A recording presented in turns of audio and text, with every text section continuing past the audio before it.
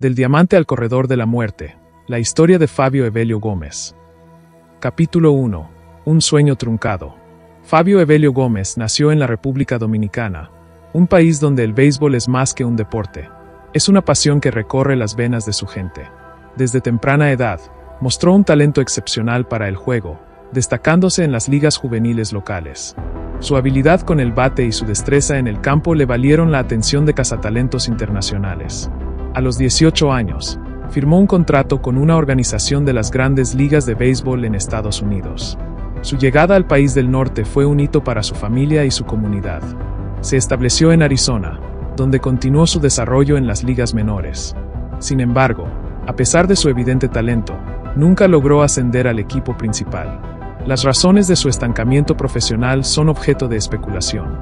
¿Fue la presión de la vida en un país extranjero? ¿La falta de apoyo emocional? ¿O simplemente la dura competencia en el mundo del béisbol profesional? Durante su tiempo en Arizona, Gómez compartió residencia con su novia y su hijo en un complejo de apartamentos en Chandler. La vida parecía encaminarse hacia un futuro prometedor, pero las tensiones personales y profesionales comenzaron a hacer mella en su estabilidad emocional. Capítulo 2. La tragedia de diciembre de 1999. La noche del 2 de diciembre de 1999, la policía de Chandler recibió una llamada reportando ruidos provenientes de un apartamento en el complejo donde residía Gómez. Al llegar al lugar, los oficiales no lograron hacer contacto con nadie. Horas más tarde, recibieron un informe de desaparición de Joan Rachelle Morane, una estudiante de la Universidad Estatal de Arizona que vivía en el apartamento vecino al de Gómez. La investigación inicial reveló que Gómez tenía una relación con Morane. Cuando fue interrogado, afirmó que él y su novia se estaban mudando y que estaba empacando algunas de sus pertenencias en su automóvil. Sin embargo, los oficiales notaron manchas de sangre en su vehículo y en el interior de su apartamento. Gómez ofreció explicaciones inconsistentes, primero alegando que la sangre era de un gato que había matado y luego diciendo que era de su pareja. Al día siguiente, el cuerpo de Joan Morane fue encontrado en un contenedor de basura cercano.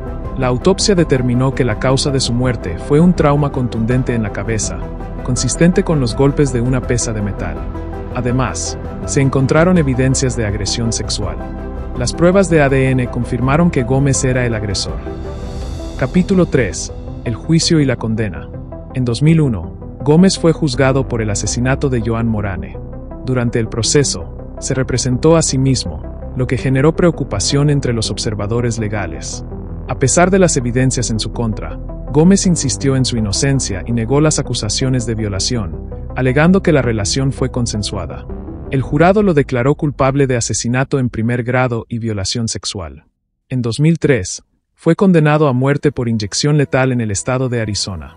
La sentencia fue apelada, y en 2015, la Corte Suprema de Estados Unidos dictaminó que la pena capital debía ser dictada por un jurado y no por un juez.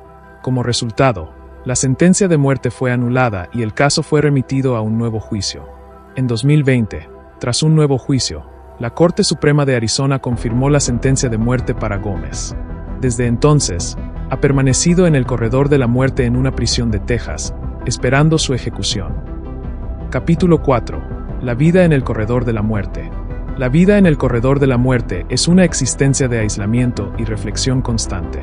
Los reclusos pasan la mayor parte del día en celdas individuales, con acceso limitado a actividades recreativas y contacto con el mundo exterior. Para Gómez, este entorno ha sido un espacio de introspección forzada. A lo largo de los años, ha mantenido correspondencia con su familia y con organizaciones que abogan por los derechos de los reclusos. En sus cartas, expresa remordimiento por sus acciones y reflexiona sobre su vida antes del crimen. Sin embargo, también muestra signos de resentimiento hacia el sistema judicial que lo condenó. Capítulo 5. Reflexiones y lecciones. El caso de Fabio Evelio Gómez plantea preguntas profundas sobre la naturaleza humana, la justicia y la redención. ¿Qué factores contribuyeron a su descenso desde un prometedor futuro en el béisbol hasta el corredor de la muerte? ¿Es posible la rehabilitación de alguien que ha cometido un crimen tan atroz? ¿Y cómo debemos como sociedad abordar la pena de muerte y sus implicaciones éticas? Estas son cuestiones que continúan siendo debatidas en foros legales, éticos y sociales. La historia de Gómez es un recordatorio de que detrás de cada crimen hay una historia compleja, llena de decisiones, circunstancias y consecuencias. Capítulo 6. Infancia y formación en la República Dominicana. Fabio Evelio Gómez nació en un barrio de Santo Domingo, en la República Dominicana, en una familia trabajadora. Desde temprana edad, mostró un interés natural por el béisbol, deporte que se respira en cada esquina del país. Sus primeros contactos con el béisbol fueron con pelotas improvisadas y bate de madera, jugando en callejones y campos abiertos con amigos y vecinos. Su familia lo apoyó activamente, reconociendo su talento y buscando oportunidades para que participara en ligas locales. Durante la adolescencia, Gómez se destacó en torneos regionales y nacionales, llamando la atención de cazatalentos estadounidenses. A pesar de su éxito deportivo, su adolescencia estuvo marcada por dificultades económicas y responsabilidad familiar, lo que generó en él un sentido de urgencia por alcanzar estabilidad mediante el deporte profesional. Estos primeros años moldearon tanto su disciplina como su ambición, pero también le generaron un sentido de presión constante, especialmente al migrar a Estados Unidos con la esperanza de cumplir su sueño profesional. Capítulo 7.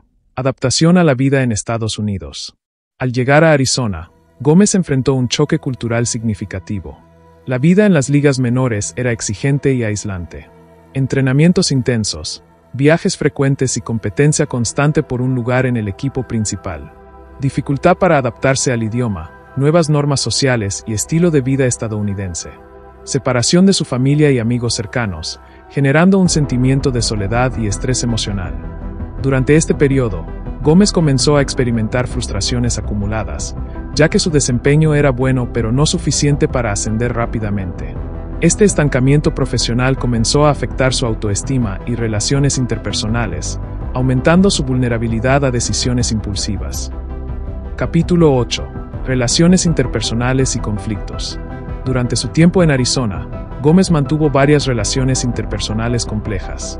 Su relación con la madre de su hijo se volvió tensa debido a la presión económica y emocional. Mantener vínculos cercanos con otros jugadores era complicado, ya que la competencia generaba celos y rivalidades latentes. Su relación con Joan Morane surgió como un vínculo personal cercano, aunque marcado por tensiones y discusiones frecuentes, que, según los investigadores, pudieron contribuir a la escalada hacia la tragedia. Estos factores no justifican sus acciones, pero proporcionan un contexto para comprender cómo múltiples presiones emocionales y sociales pudieron influir en su comportamiento destructivo. Capítulo 9. La noche del crimen, reconstrucción detallada. El 2 de diciembre de 1999 representa el punto de inflexión en la vida de Gómez y de todos los involucrados. Gómez y Morane discutieron en el apartamento de la joven durante la tarde y noche. Testimonios de vecinos mencionan gritos y ruidos fuertes, indicadores de un conflicto intenso. Según la investigación forense, Gómez perdió el control durante la discusión, utilizando objetos disponibles en el apartamento para agredir a Morane. El ataque fue violento, prolongado y planificado parcialmente, con signos de improvisación, pero también de intención de infligir daño significativo. El cuerpo fue posteriormente trasladado a un contenedor de basura cercano, intentando ocultar las evidencias, aunque sin éxito ante la investigación policial. Capítulo 10. Investigación y detención. La policía de Chandler inició la investigación tras el reporte de desaparición. Se recolectaron pruebas físicas que incluían manchas de sangre, restos de objetos y ADN. Gómez fue detenido en su apartamento, donde los oficiales encontraron inconsistencias en sus declaraciones y evidencia directa que lo vinculaba con el crimen. Durante los interrogatorios iniciales, Gómez alternó entre negar los hechos y ofrecer explicaciones improbables sobre la procedencia de la sangre, lo que incrementó la sospecha de su culpabilidad. La detención marcó el inicio de un largo proceso judicial que culminaría años después con la confirmación de la pena de muerte. Capítulo 11. El juicio y la condena.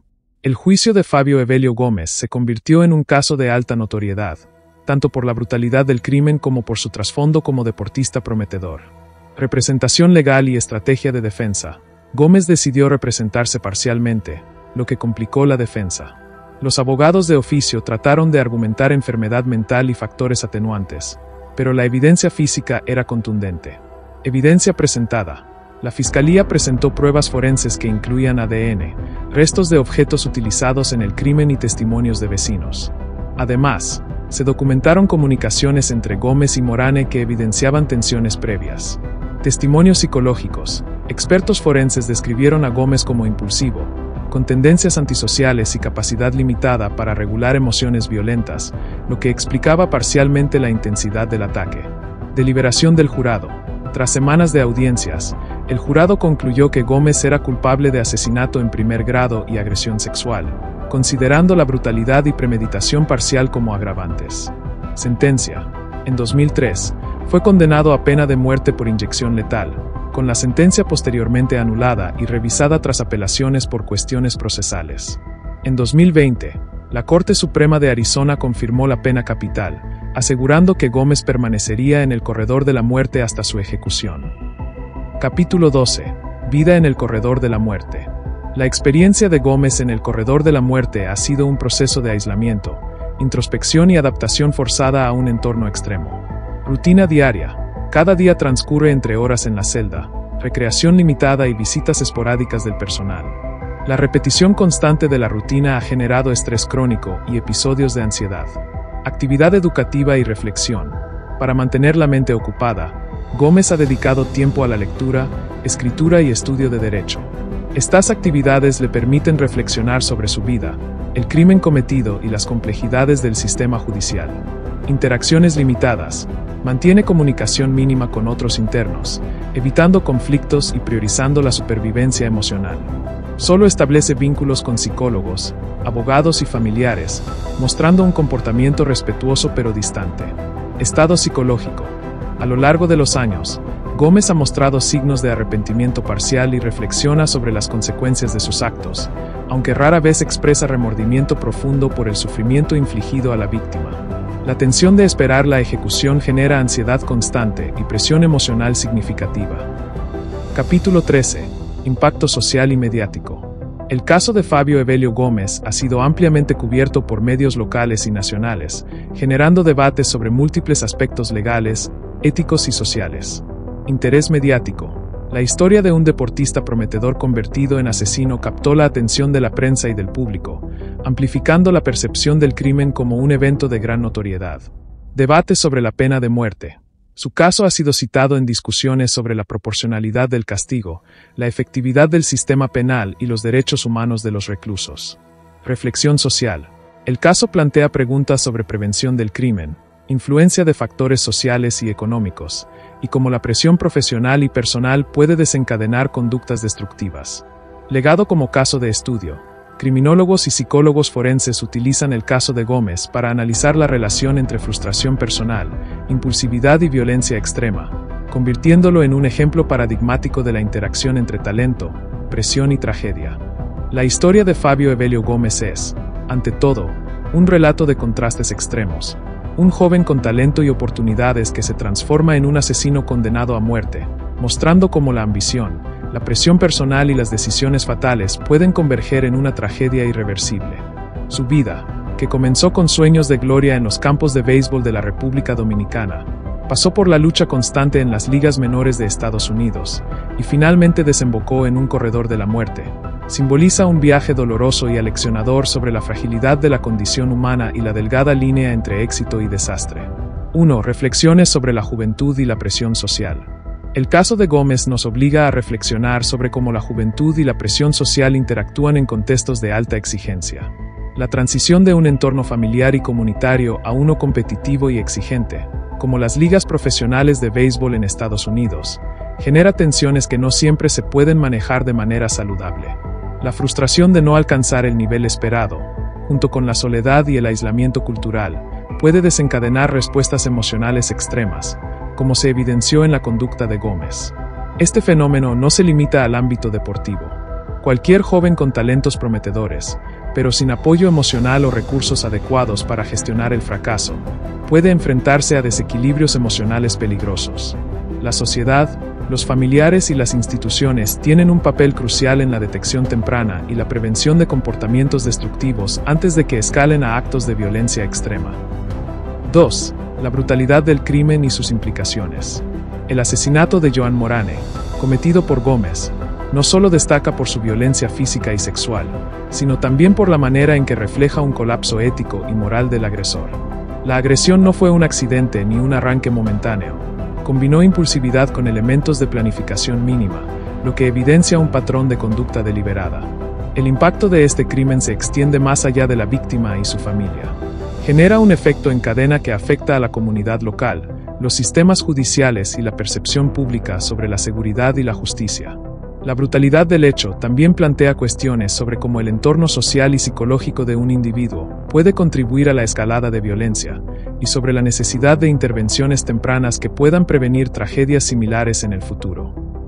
3. Justicia, derecho y la pena de muerte. La trayectoria legal de Gómez muestra la complejidad del sistema judicial estadounidense frente a crímenes graves. La duración de los juicios y las apelaciones refleja la tensión entre garantizar un debido proceso y ofrecer una resolución rápida para las víctimas y la sociedad. La pena de muerte, aunque finalmente confirmada, genera debates éticos profundos. ¿Es proporcional castigar con la muerte a alguien cuya vida estuvo marcada por presiones sociales y factores psicológicos atenuantes? ¿Cómo equilibrar justicia retributiva y derechos humanos? La revisión judicial, incluyendo la intervención de la Corte Suprema, subraya la importancia de los procedimientos legales estrictos y la revisión de las sentencias de capital, especialmente en casos donde la evidencia es abrumadora pero el contexto psicológico del acusado es complejo. Este caso se convierte así en un referente para abogados, jueces y legisladores que buscan comprender cómo los sistemas legales pueden manejar crímenes atroces sin sacrificar principios fundamentales de justicia y equidad.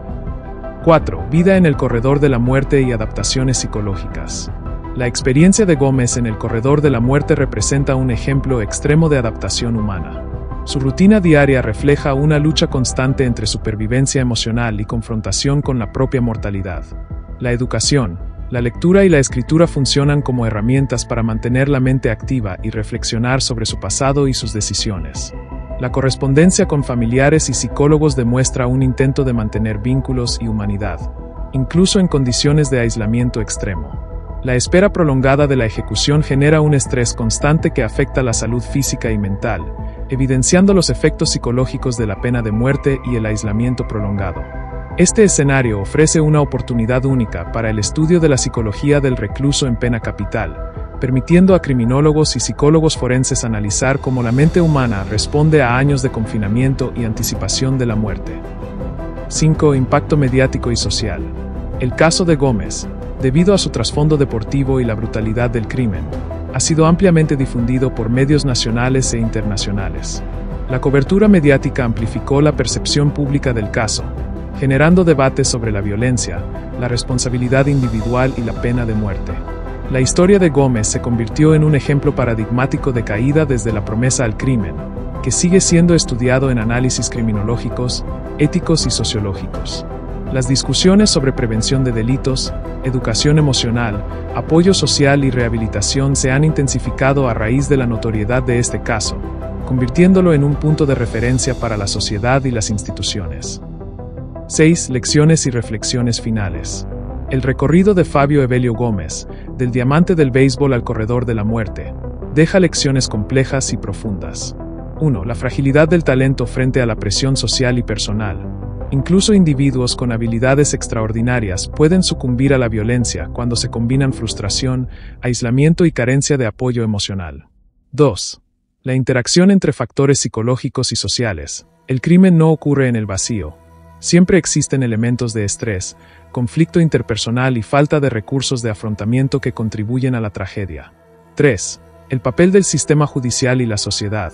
La pena de muerte, las apelaciones y el aislamiento extremo generan preguntas sobre proporcionalidad, ética y derechos humanos, ofreciendo un caso para el debate sobre cómo equilibrar justicia y humanidad. 4. La importancia de la prevención y la educación emocional. La historia de Gómez subraya la necesidad de estrategias sociales y educativas que puedan intervenir antes de que individuos con potencial destructivo cometan actos irreparables. 5. El legado como caso de estudio. Gómez se convierte en un ejemplo central para criminólogos, psicólogos, abogados y sociólogos que buscan entender cómo la combinación de talento, presión, fracaso y decisiones erradas puede desembocar en un crimen atroz y en la pena máxima del sistema penal estadounidense. La narrativa de Fabio Evelio Gómez no es simplemente un relato de crimen y castigo. Es un espejo de la condición humana en sus extremos, un testimonio de cómo oportunidades perdidas, decisiones fatales y circunstancias personales pueden converger en una tragedia que afecta a individuos, familias, comunidades y sistemas enteros. Su historia continúa siendo estudiada, debatida y analizada, dejando lecciones profundas sobre justicia, moralidad, prevención y resiliencia en el contexto de los crímenes más graves de nuestra sociedad.